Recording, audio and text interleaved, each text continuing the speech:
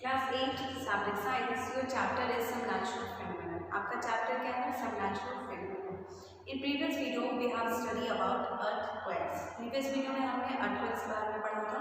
Earthquakes क्या है? एक टाइप का नेचुरल फेनोमेनन है। क्यों हम उसको नेचुरल फेनोमेनन बोलते हैं? क्योंकि वो नेचर में खुद ब खुद होता है, इसीलिए हम उसको नेचुरल फेनोमेनन बोलते हैं। So today we are going to study about tsunami. आज का हमारा फर्स्ट टॉपिक क्या है? सुनामी।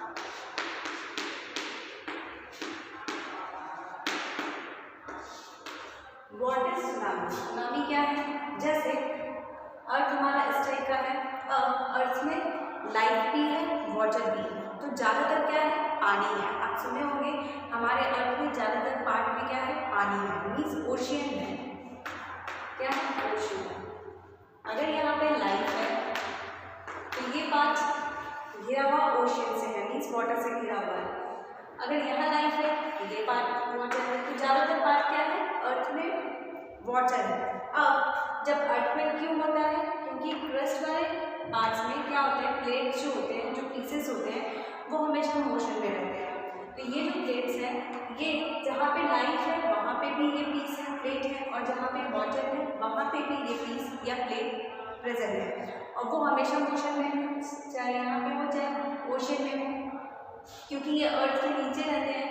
जैसे यहाँ पे लाइफ है या वाटर है, तो इसके जस्ट नीचे वाले पार्ट में अर्थ में क्या है?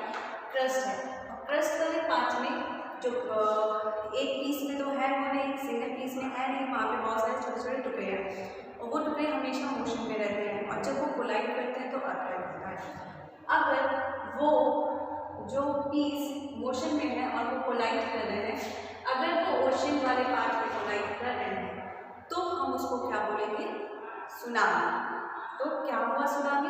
Earthquake is happened in ocean is called tsunami. Means अगर अर्थक्वेक ओशियन में हुआ तो उसको हम सुनामी बोलेंगे।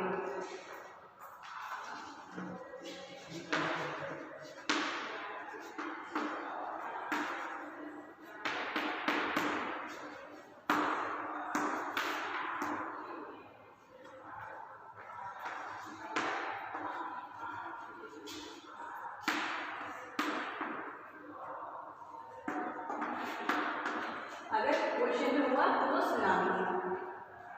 अब जो अर्थक्वेक है उसको हम मेजर कैसे करेंगे? तो हमारा सेकंड टॉपिक क्या है? How is the intensity of earthquake is measured.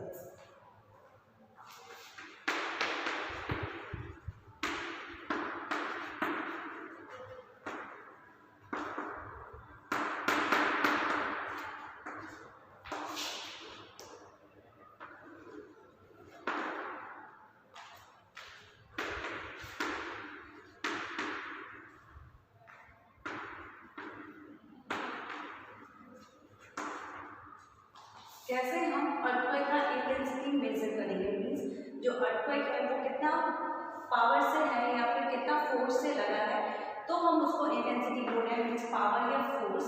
तो हम अर्थक्वेक के पावर या फोर्स को कैसे मेजर करेंगे? तो उसको हम मेजर करते हैं रिचर स्केल में। जो साइंटिस्ट होते हैं वो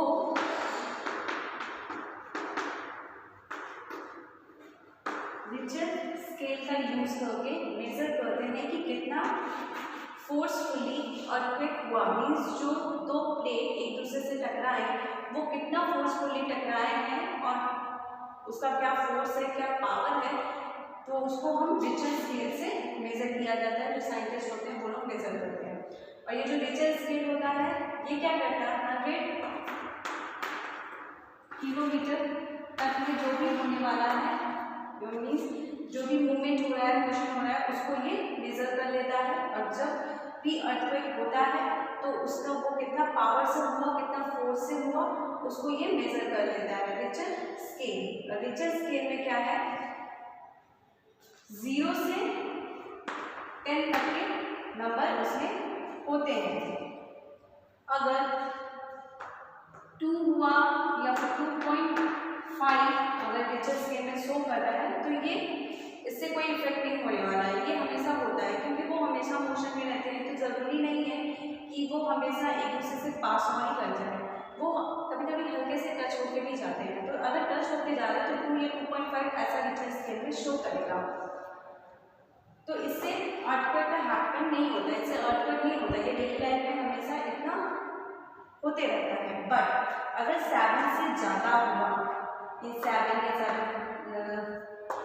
7.5 ऐसा कुछ हुआ या फिर 9 ऐसा कुछ हुआ, तो अर्थक्वेक जो है वो बहुत सारा डैमेज करता है और हम बोलते हैं कि बहुत फोर्सफुली या पावर उसका अर्थक्वेक का था। भी जो दो प्लेटें एक दूसरे से टकराई वो बहुत ही ज़्यादा फोर्स में या पावर से टकराई है, जिससे अर्थक्वेक हो गया। अगर 7 हुआ तो जो बिल्डिंग्स होते हैं, जो लंबे लंबे बिल्डिंग्स होते हैं, वो फॉल डाउन होते हैं, नीचे गिरने लगते हैं। 9 हुआ तो मीन्स वो काफ़ी दूर के एरिया को और बहुत ही ज़्यादा लाइफ या प्रॉपर्टी को डैमेज करेंगे। जो नॉर्थ कश्मीर में हुआ है या फिर बुश में हुआ है, वहाँ पे जो इंटेंसिटी था अर्थक्वेक का, जो हिस्टोरिकल इंटेंसिटी हो चुका है, वहाँ पे 20 मोस्टली लाइफ या जो एरिया है प्रॉपर्टी के डैमेज हुए थे, तो वो वहाँ का इंटेंसिटी क्या था 7.5, कहीं कहीं 9 भी हो जाता है। तो बहुत सारे एरिया होते हैं जहाँ पे हमेशा अर्थक्वेक्स होते रहता है, तो वहाँ पे ये सब जो रिचर स्केल है ये सब लगाए जाते हैं, जो कि मेजर करते हैं कि कितना फोर्सफुली अर्थक्वेक हुआ। तो हम कैसे मेजर कर सकते हैं अर्थक्वेक को? बाय द रिचर स्केल, जिसमें 0 से 10 तक रहते हैं।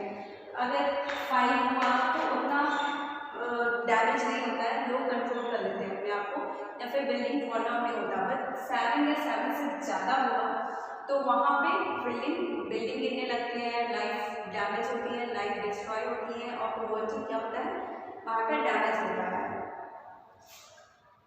ज़्यादातर ये 9 तक जाते हैं और इसमें पॉइंट्स में भी रहते हैं। तो ये रिचर स्केल के थ्रू हम मेजर कर सकते हैं फोर्स या पावर अर्थक्वेक का। और सुनामी क्या है? जब अर्थक्वेक ओशियन में हो तो हम उसको सुनामी बोलते हैं, क्योंकि हमारे अर्थ में ज़्यादातर पार्ट्स में ओशियन है, मीन्स वाटर है, और ये जो क्रस्ट में जो प्लेट्स या पीसेस जो हैं वो हर जगह पे हैं, चाहे वो वाटर हो या फिर जहाँ पे लाइफ है, क्योंकि हमारे ग्राउंड के नीचे अर्थ का जो ग्राउंड है जहाँ पे लाइफ है या वाटर है, उसके जस्ट नीचे वाले पार्ट्स को हम क्रस्ट बोलते हैं।